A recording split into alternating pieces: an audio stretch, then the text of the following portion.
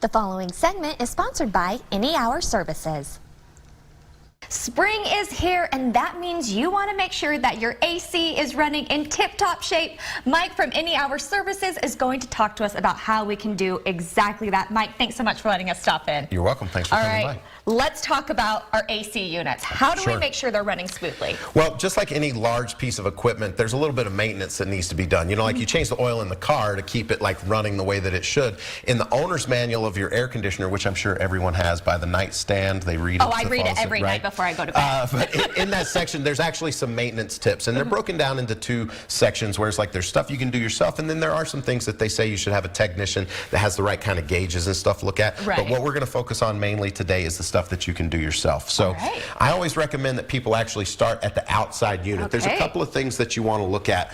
When you go out there, you want to make sure that it's clear of obstruction. So if you covered it for the winter, uncover it. If the bushes have grown into it, trim those back about 18 to 24 inches. And you'll notice that there's like a radiator looking coil in there, and it pulls air in through the sides to help cool the refrigerant and exhaust it up the top. And when it does that, it pulls in grass clipping, dirt, dust, cotton fuzz, and so it can get really dirty. So if you take a garden hose and you actually just spray that out from the inside, or spray it off from the inside out to try and rinse those and get them as clean as possible, that's really going to help this thing breathe a lot better and help it cool more efficiently. All right, easy enough. All right, that's the outside. Now we're headed to the inside. Now we're going to go back in, and then if you look at your thermostat on the wall, there's a couple of things you can do here. We get calls at the beginning of every season where they forget to actually change the setting. We've been in winter, and so we've had it in the heat mode. They forget to click it over to the cool mode so that when the house gets warm, in the winter, it's like, hey, I don't need to kick the furnace on. But when it gets warm in the summer,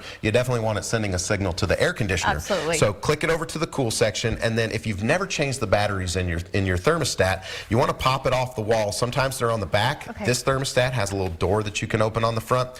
Whatever batteries you've got, change those. If it doesn't have a battery, it's probably hardwired in, and you don't have to worry about it. But we'll get some troubleshooting calls at the beginning of the season for that as well. I mean, we wish batteries could last forever, but they don't, so make sure to check that. Absolutely. I've had it go out in my house, and I was like, what's going on? And so change the batteries, and it fixed it. Easy fix. The next thing you want to do is wherever your filters are at, a lot of times it's down at the furnace, and there's like a little filter cabinet or whatever. You want to actually put a new filter in, and if you want to check and see if it's dirty or not, people always wonder, how often do I need to change it? It depends on the air conditioning, the condition of the air, the size of the filter, but a quick, easy test is if you take the filter out and you hold it up to the light, if you can't see light through it, you're not getting enough air through it. So this one on the surface is very obvious that you can tell it's dirty, right? I was going to say, I mean, I'm no professional. I'm looking at this right here. I'm like, well, this one's dirtier than this one. But all of that color, like this filter, it's got little holes and pores in there, and that's what blocks the air when it gets clogged up with dirt and stuff. Oh, okay. The next thing you want to do is go around the house,